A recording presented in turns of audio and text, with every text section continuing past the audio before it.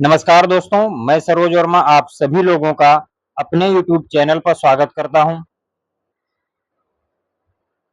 तो एक बड़ी खुशखबरी है कि एसएससी सीजीएल 2026 का नोटिफिकेशन आ गया है और जिसका डर था वही हुआ। इस बार से सीजीएल में सेक्शनल टाइमर लागू कर दिया गया है। तो हम लोग देखते हैं कब से इसके फॉर्म भरे जाएंगे और कब इसकी एग्जाम डेट है। अभी हम सारी बातों पे इस पे चर्चा करने वाले हैं। तो आपके जो ऑनलाइन फॉर्म भरे जाएंगे वो आज ही से भरे जाएंगे 21 मई से, और कब तक भरे जाएंगे 22 जून तक। 22 जून तक एसएससी सीजीएल के आपके फॉर्म भरे जाएंगे आज से, ठीक है। और इसका जो इन्होंने बताया है कि प्री का एग्जाम कब होगा, प्री का तो ये अगस्त और सितंबर में लेंगे। अगस्त और सितंबर में एसएससी सीजीएल का एग्जाम होने वाला है प्री का। और मेंस का इन्होंने बताया है कब एग्जाम होगा, दिसंबर में। ये टेंटेटिव डेट है इनकी, ठीक है। मेंस का जो एग्जाम होगा कब होगा, दिसंबर में, ठीक है। आगे देखते हैं इसमें जो चीजें जरूरी हैं आपके लिए। ये इसमें पोस्ट दी गई है, कौन कौन सी पोस्टें हैं आप लोग देख सकते हैं। इसमें जो आपके मेन बात है वही ध्यान देंगे। अब हम लोग आ जाते हैं थोड़ा एज पे। एज जो है आपकी इसमें 18 से 30 साल ली जाती है, अलग अलग पोस्ट के लिए अलग अलग रहती है, ठीक है। ये चीज आपको ध्यान देना है, 18 से 30 साल तक, ठीक। ये सभी के लिए होती है और सारी अलग अलग पोस्टों के लिए होती है, तो आप लोग अच्छे से देख लीजिएगा, ठीक है।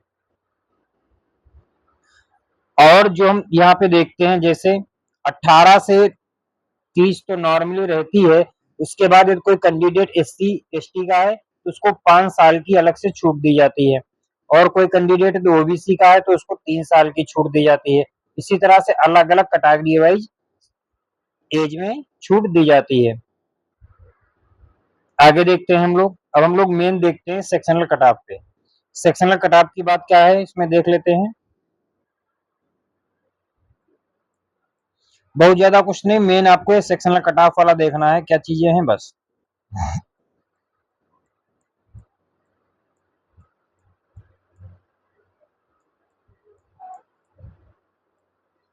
ये आपका दिया गया है सेक्शनल कट ऑफ का। प्री एग्जाम, प्री आपका जो एग्जाम होता है उसमें टोटल आपके कितने सवाल आते हैं, 100 क्वेश्चन, ठीक। 100 क्वेश्चन में रीजनिंग के आपके कितने सवाल होते हैं, 25 सवाल। जीएस के कितने होते हैं, 25 सवाल। मैथ के कितने होते हैं, 25 सवाल। और इंग्लिश के कितने होते हैं, 25 सवाल। तो जो एक सवाल कितने नंबर का होता है, 2 नंबर का। तो 50-50 नंबर के आपके ये सवाल होते हैं। और आपको जो समय दिया जाता है वो कितना दिया जाता है, 1 घंटे का, ठीक। अब आपको क्या है, 15 मिनट रीजनिंग के लिए मिलेंगे, 15 मिनट जीएस के लिए मिलेंगे, 15 मिनट मैथ के लिए मिलेंगे, और 15 मिनट इंग्लिश के लिए मिलेंगे। तो ये बात आपको ध्यान देना है।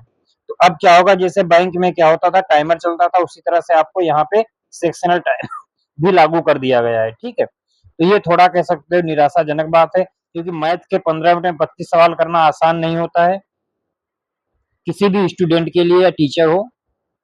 तो बहुत ज्यादा 15 मिनट में 20 से 22 सवाल आप कर सकते हो अच्छे से। बाकी 25 सवाल करना लोग करते भी हैं और करेंगे भी, अब क्योंकि टाइमर आ गया तो उसी हिसाब से आप करवाना भी पड़ेंगी चीजें आपको।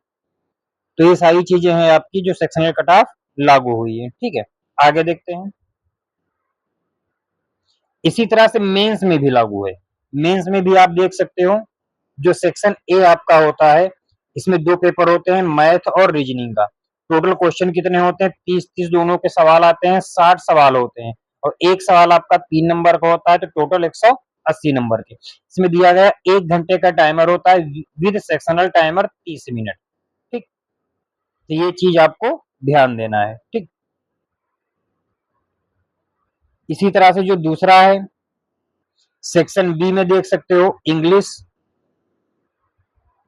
और जीएस आती है। इंग्लिश के 45 सवाल, जीएस के 25 सवाल। टोटल 70 सवाल आते हैं, एक सवाल 3 नंबर का होता है और 210 नंबर का होता है।